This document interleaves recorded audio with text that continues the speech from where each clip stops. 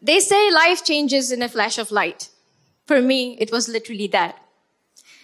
8 years ago, on an August noon, while I was giving bath to my 1-year-old son, I was arguing with my nanny, his nanny, over her choice of attire. It was an almost neon red sari with splashes of every color you could see, like yellow, orange, purple. And I was telling her, your sari is enough to make me have a vertigo. But she liked her sari. And then it happened. A flash of light. A single flash of light shaped my life forever. I say shaped and not changed. I will reveal the reason as my story unfolds. While I was giving a bath to my son, a clot was traveling, a thrombosis. I was having a stroke. It traveled to one of my arteries and settled on my right eye instead of my brain. The brightly neon sari that I was seeing before my eyes just seconds ago, I couldn't see anymore. I was partially blinded. And even though I was in denial, I couldn't believe it was happening to me. Why would it happen to me? Why would I have stroke? I mean, I was 28. I had no medical illnesses. I was young. I never smoked or drank, but it was happening to me. You see things happen. And I'm so glad now that I look back at it and it happened to my eye and not my brain, because if it went to my brain, I would have been dead and not standing here before you. I was glad because, it happened to my eye. And at least you need one good eye to be normal. You see, the word normal was never apt for me. As I was growing up, I never had a normal childhood. I was always bullied at school because I couldn't keep up with people my age. I was always the one who couldn't run or keep up. Sports plays a huge role when you're growing up, but I couldn't do that because with the whole diagnosis of stroke came another diagnosis that I had a congenital heart disease. I could finally put all the puzzles together why I was the way I was. As difficult it was, I didn't give up. I didn't give up, and I was desperate to find an answer. And that answer came in September, just a month afterwards, when an aunt called me and she said, could you help me out with my niece's event? It was a birthday party. You see, my son had turned 1 just 2 months ago, and I had done the decor myself.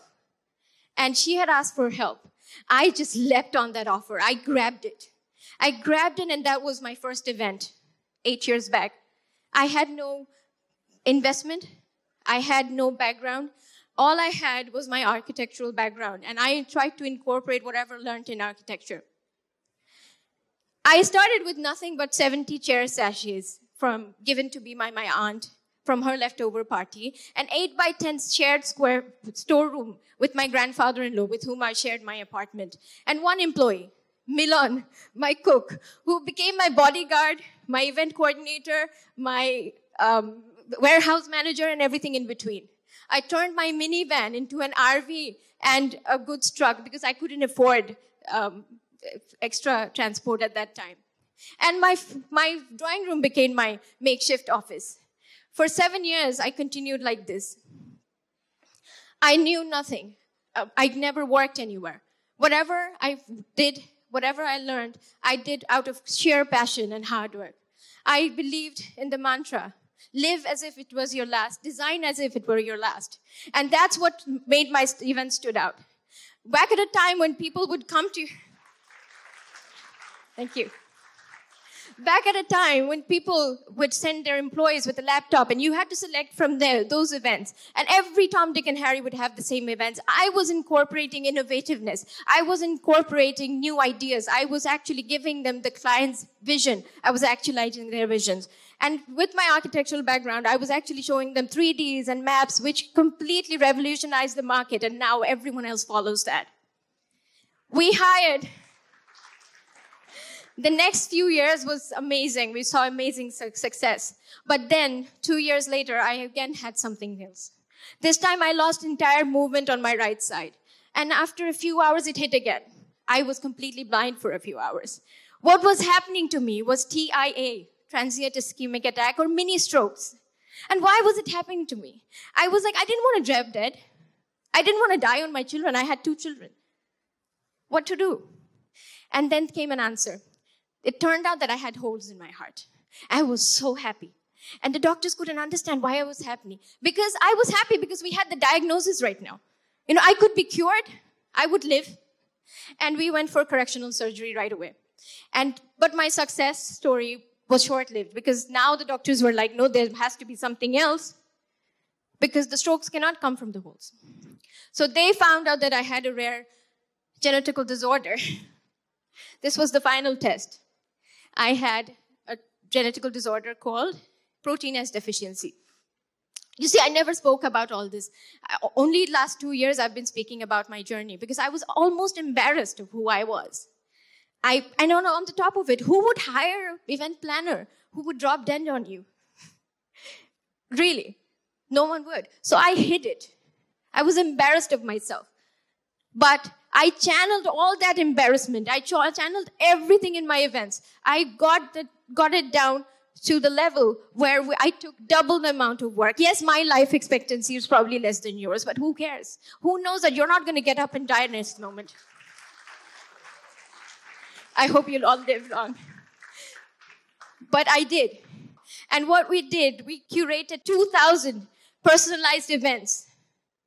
And we have, from that 8x10 room, we have 42,000 space of warehouse. I have my own production line. We source local artisans from all over the country. My employee, Shumon, one of my employees, who used to make flower baskets on the street side, he's one of my lead managers today. And he gets paid more than any MBA graduates today. His children, they go to English medium students. Many like Shumon, many people like Shumon, grassroots level, they help us do these events. Wedding industry is a thriving market. And people say it's so extravagant. Why do people spend so much on weddings? I say, why not? Why not? As a developing country, we have so much money. We have so much, we can spend anywhere we want. And why not the wedding industry? You have to understand that on a daily basis, we employ 200 to 300 local artisans who are benefiting from these events, whose families are going to study.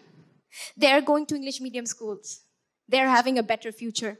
We are incorporating local flowers. We're incorporating local designs, screen prints, block prints, everything. And what we do now, in less than 18 hours, internationally, they take over 2 to 3 weeks to do. Our work has been acclaimed both internationally and locally. And I'm so proud that I'm here today representing my people, my local artisans who have helped me and who have helped me create a new norm. As unorthodox as it seems, as out of the box as it seemed, whatever I learned because I had passion, because I believe in one thing: do what you love and love what you do, and it will make you work so hard. Like Bibi Auntie said, I don't need to take any sleeping pills. I wake up in the middle of the night because I get these amazing ideas that I need to incorporate in the next event. No other event can be the same because no other person is the same. Why should they have the same event? It should reflect them. And of course, it should have a little bit of me, but it would reflect them.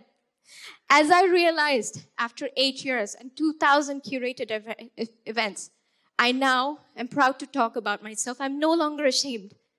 I'm no longer ashamed of who I am because I am not known as the blind girl with the heart disease anymore. When I visited hospitals, that's how they used to greet me. But no, I'm no longer known as that. I am known for my 2,000 events that I curated. I am known for the 200 to 300 people that I employ every day. I am known for the most wonderful children that I have. I am known for my wonderful supportive family. I am known for Enchanted Events and Prints. I will tread on.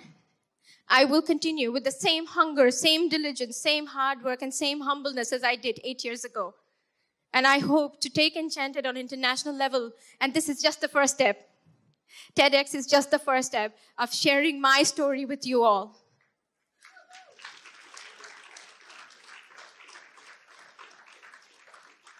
You see, wedding industry is actually the 5th most stressful job of the year, all over the world, as a research shows in America recently. It's after the likeness of likes of firefighters and soldiers, you have to remember, as overwhelming as it gets, you have to remember all the details. You cannot afford to forget what goes in, what is the 17th item on the 333rd goodie bag. Because anything and everything can ruin their wedding. Anything and everything.